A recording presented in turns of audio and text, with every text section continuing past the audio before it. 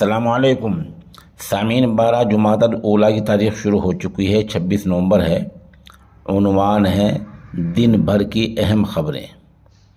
Al Jazeera पर यह खबर आ रही है कि इसराइल की जेल में फ़लस्तीन के जो कैदी वफ़ात पा जाते हैं तो उनकी मय्यत को न तो दफनाया जाता है न घर वालों को वापस दिया जाता है, बल्कि फ्रीज़ करके जेल में ही रख दिया जाता है ताकि ये बताया जा सके कि तुम मरकर भी हमारी कैद में ही रहोगे।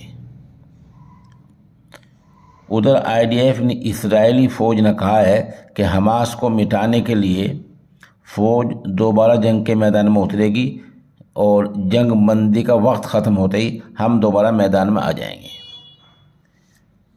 कुछ मुल्क की खबर सुन लीजिए।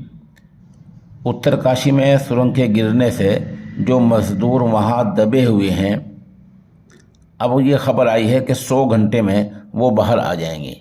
इससे पहले कुछ और बताया गया था, उससे पहले कुछ और बतलाया गया था, लेकिन अब ये ताज़ा खबर आई है, अपडेट न्यूज़ है कि 100 घंटे में ये मज़दूर बाहर आ जाएंगे। उधर उत्तर प्रदेश के मेरठ से दिल दहलाने वाली खबर सामने आई है।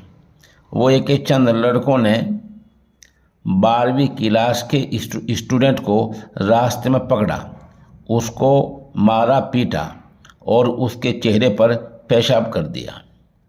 पुलिस के मुताबिक एक मुलजिम को गिरफ्तार कर लिया गया है। नौजवान के घर वालों का कहना है कि पुलिस ने हल्की दफ़ात में मुकदमा दर्ज किया है, यानी मामले को हल्का कर दिया है। उधर मेरठ पुलिस का कहना है कि इस मामले में अभी शर्मा, आशीष मलिक, राजन और मोहित ठाकुर के खिलाफ नामजद रिपोर्ट दर्ज कर ली गई है और मुख्य चीफ मुलजिम को गिरफ्तार कर लिया गया है। रियासत पंजाब में किसान आंदोलन की वजह से सहारनपुर से गुजरने वाली 8 रेलगाड़ियां रद्द कर दी गई हैं। सहारनपुर से बनकर ऊना हिमाचल जाने वाली रेलगाड़ी भी रद्द रही है।